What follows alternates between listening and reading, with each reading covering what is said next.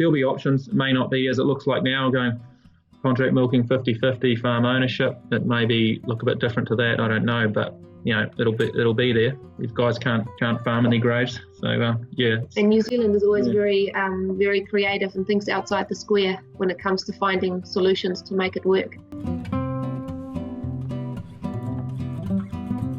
Kia ora tātou. We understand that farmers learn most comfortably from other farmers. It supports you on your journey of change and helps you achieve improvement in farm profitability, environmental sustainability, and of course, personal wellbeing. These three elements are the core of Extension 350, and E350 is yours. I'm Chris Neal, and I've been part of E350 since it was a bright idea. For context, it's the first week of April 2020. Northland's in the most severe drought for decades, with stock, feed and water our primary concerns. New Zealand's in lockdown for coronavirus control, as is much of the world. Global economy's in turmoil and likely to get worse, while farming goes on as an essential New Zealand industry. These videos are being made for farmers to share their thoughts with other farmers during the COVID-19 lockdown. So we invite you to hit the like and subscribe button below and share your thoughts with us as a comment. And now, it's time to meet our farming team for this session. Will and Marianne Tye. We live up in the far north in Kaitaia in Awanui. We milk 650 cows on 223 hectares. We've got 3 children, 9, 7 and 6. We run the farm with 3 full-time staff plus ourselves, and adjoining to our farm we've got a 30-hectare runoff where we rear our replacements. Yep, we've been involved in E350 for 2 years now, coming into our third year next season. Really enjoyed the process working with our mentor Dave Gray and consultant Carla and our Dairy NZ CEO Amy. We've been managing to focus on our goals, which are mainly around financial for us. We want to advance our land holdings as much as we can. So we're focusing on EFS per hectare, generating as much profit out of our farm as we can, and also goals around being environmentally sustainable, and we want to be able to enjoy life and our staff to enjoy life as well. So our goals fit in well with the purpose of E350. We're enjoying being involved, and we think we have been, we're managing to get traction on a lot of different issues, fine-tuning our business. We're really enjoying it. Well, thanks, Will and Marianne, for joining for this interview and being prepared to share some of your thoughts on it. Pretty interesting times that we're dealing with at the moment. So just keen to get a sense right now, what's on your mind for the immediate, for say 3 months out and 6 months or beyond? Yeah, so I think the main 2 things on our mind are, the COVID-19, how that's affecting us and how it will affect us and our industry in New Zealand in the future, 1 month, 3 months, a year, and how we would position ourselves to either take advantage or to protect ourselves from issues that could arise. And secondly, we're mainly focusing on the drought and our recovery from this drought, and making sure we come out the other side solvent and ready to make advances in the future coming seasons. If we have a look at those thoughts that are on your mind, is there one in particular that you'd like to sort of chase around a bit in this discussion? I suppose we'll talk about drought recovery. Yeah, that's something we've got to do, and what we're planning on in the future, and COVID-19 also does have an effect on that. Can you just explain what's happening in your business as far as the drought goes, so we've got some context for the thoughts that will come out? Yeah, so since probably from end of January onwards, we've been growing about 15 a day. Of course, we had a beautiful winter and spring, and managed to have, we had a great season up until it went dry. And then it went south quite quickly. With such a low rainfall over the last year, we dried up really fast. So, like I said, we've been growing about 15 a day since the end of January, and our cover has been stepping down. And currently, we've been sitting for a while at 1,600 cover. average cover on the farm, which is pretty skint. Cows are getting about 3 kilos of grass and have been for the last probably 40 to 50 days. So we're filling the gap with maize that we grew on farm. Luckily, because of our good spring, dry spring, we got it in early. So we actually managed to get a not too bad yield at 19 tonnes. So we're feeding maize, palm kernel, and in the process of drying off cows due to condition and timing of the season. So we're milking 500 cows at the moment out of peak milk of 660. So those cows we've dried off are thinner cows that we need to go through the dry off process and then start putting weight back on, so they meet the 5 condition score target at calving, which is 1st of July for us. So it's not too far away.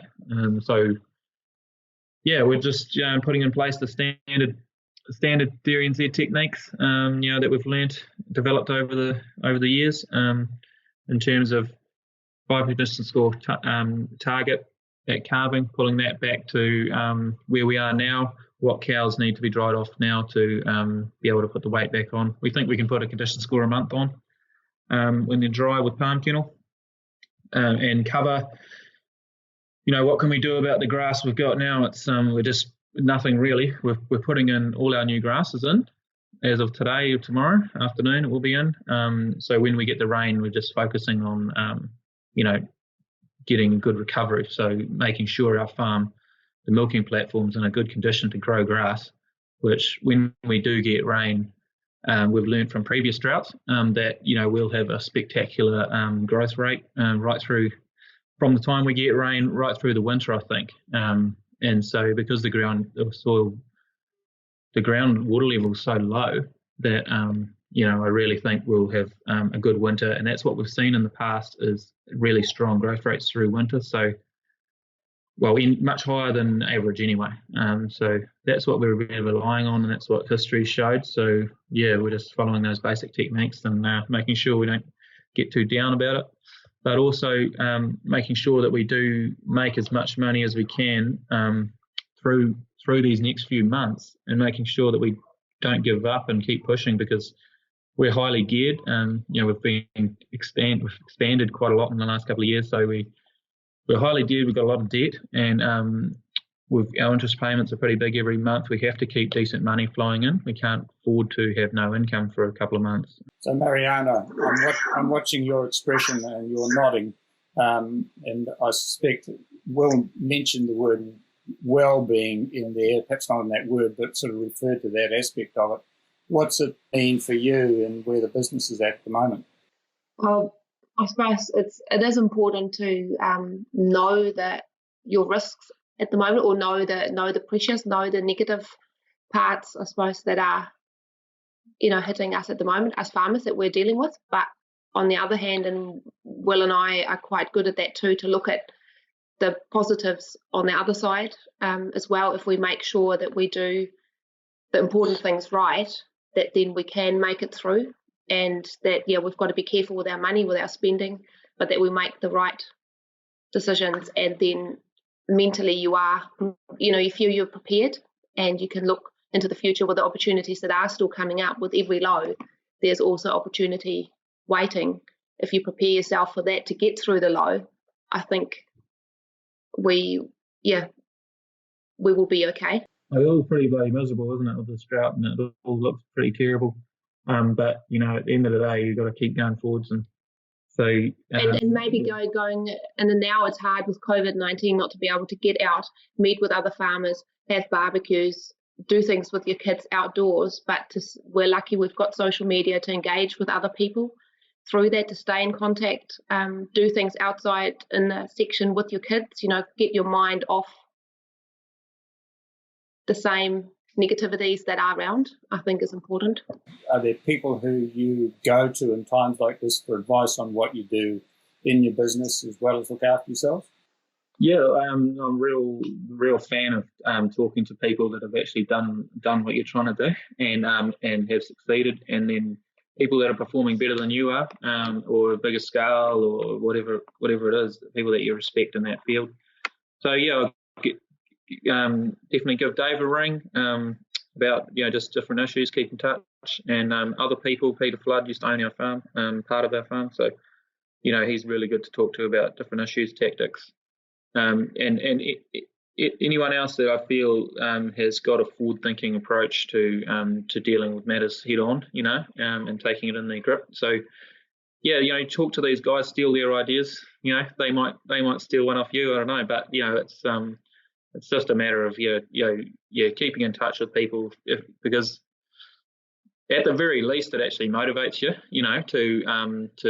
to keep making decisions and go forwards. Whereas sometimes by yourself you sort of you struggle to get that motivation sometimes. So talking to these other people, you sort of support each other, without really knowing it. When you look out to the end of the drought and beyond that, do you have a vision in your mind as to what your business is going to look like? Oh, bloody good. Hopefully not too different to any other season, hopefully. Hopefully we can keep the drought problems in this season. So if we have the cows at good condition score, if we try and get the grass up, we've built a feed pad this year which will pay us back and is paying us back now hugely, just seeing with the much less wastage, more even feeding. I think we can get ready for another season. Yeah, we're fixed on growing the business. We want to grow to 1,000 cows. That's our main goal, is to get 1,000 cows worth of farm. So about 350 hectares. And so that's our goal, and we'll just keep driving to that. We know we need this current farm to be the backbone of that growth, and it needs to be operating at at low cost, and it needs to be operating at reasonable milk solid level, 1,000 hectare above, to give us that watering down effect, I suppose, of a lot of fixed costs, and then the cost side, make sure we're making a good margin on every kilo. So for us, it's we've crept up closer to the 370 a kilo costs this year. We were targeting $3 less than $3.20. So we've got a 50-cent extra cost a kilo there, mainly due to feed. But we'll be looking to next year get back down and perform on that. Get that $3.20. Hopefully we don't get another drought. And so really, what does the business look like afterwards? Hopefully a lean milk solid producing machine. Well, it sounds like you've got a pretty clear view as to what the issues are in front of you and how you're going to deal with them. Looking out there from probably the darker moments of the journey, it's now your turn to perhaps share what they might look like and how you particularly dealt with them. Yeah, so our financials is our cash flow is what the risk is for our business. We're highly geared, and so that's something we always look at as a risk for us. We can't afford to erode capital because we don't have a lot, So we're a different situation to someone that's been through those years of big growth in the dairy industry. We're trying to grow in these years, so cash flow is massive. So that's partly what's going to happen with COVID-19 and our milk payout, and then secondly feed supply, feed cost is probably what I think about as our main risks. But the way I deal with those kind of things is I think of what could happen, and then I think about what I'd do if it did, and I got to have a thinking of what can I do if that happened to mitigate it, lessen the blow, or avoid it. So you come up with a few different techniques. We could do this and we could do that, and we can do shift that and that. We're open to any kind of change. So that's what. And then I'm comfortable in my head if I've got these plans in place, and I'm quite comfortable. So it's just about, whereas I'm not comfortable if we have no plan or no mitigation technique. So it's just about being creative and thinking out of the box and sort of having a plan, and then you can go forwards. And most of the time those bad things don't actually happen, but when they do, you've at least got confidence you can take a few steps to avoid it.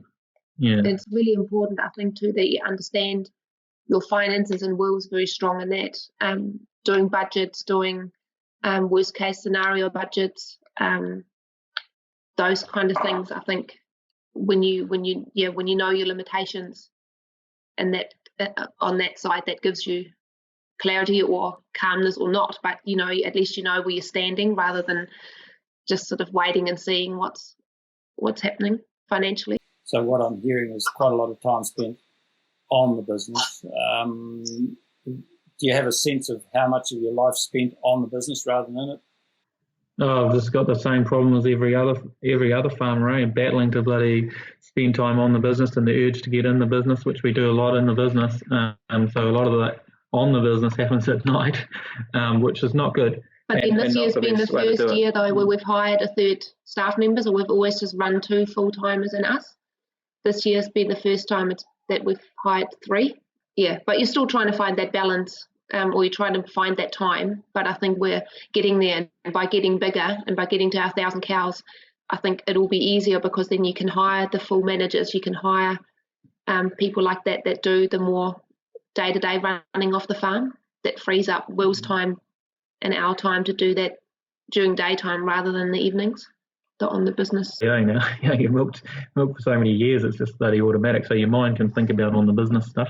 Also, if you're driving the tractor or something like that, you can think about what you would do, come up with some plans.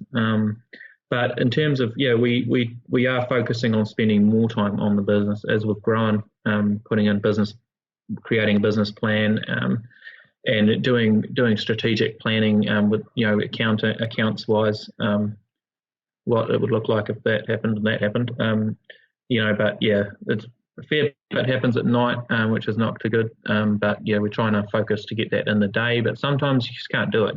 It's just sometimes you just got to do it whenever you can. Yeah, and it's everyone. All farmers know that it's a big hours job. And I'd like to say that we're the most organised farmers in the world and that we're managing everything, but we still do a lot in the business. But you've still got to be able to have a really low cost system and have your finger on the pulse. You have to still be there, and at certain times. But it's just figuring out when the key times are that you need to be there. Yeah, definitely just focusing on the first 80%. That's the biggest thing. So I always make sure the first 80% is 100%. So that's pasture management, farm walks. I've done a farm walk every 10 days right through the drought. Even it might seem pointless, but it's doing those kind of things, making sure that water, feed, pasture management. We definitely do. So it's that 80% is definitely, I focus 80% at 100%, and the rest, then do some on the business, and then the rest is what you can do after that, So what I'm hearing is you've got a clear plan as to what you're doing as far as the direction of your business goes, and I like this 100% of 80% idea. And in wrapping up, is there anything that's sort of in the back of your mind right now that you go, I need to say that before we close? Oh, God, just say, the other thing, is that COVID-19, how we can steer our way through, and we're just going to have to be, on our tippy toes and manoeuvrable, as an industry and as farmers, to keep things flowing. We've got support from the government to keep our exports rolling. So, there will be definitely challenges I see in the future with just COVID, supply, feed, things like that. So I think finally we are getting some support from the government. Other people are recognising, the benefit of the dairy industry, how good it is for New Zealand, and what an important part to the New Zealand economy it is. And I think we as dairy farmers should feel proud of that and take that on. That we're being looked at it like that at the moment. Many thanks, Will and Marianne, for sharing what's on your mind. You've covered topics from vision, goals and strategic planning to the daily challenges of physically, financially and personally dealing with the current drought. Alongside this, you're obviously protecting your business for next season. To those viewing this video, we look forward to your comments on Will and Marianne's point of view, and to receiving your suggestion on what you'd like included in this video series of What's on Your Mind. So stay safe, go well, and we'll see you again soon.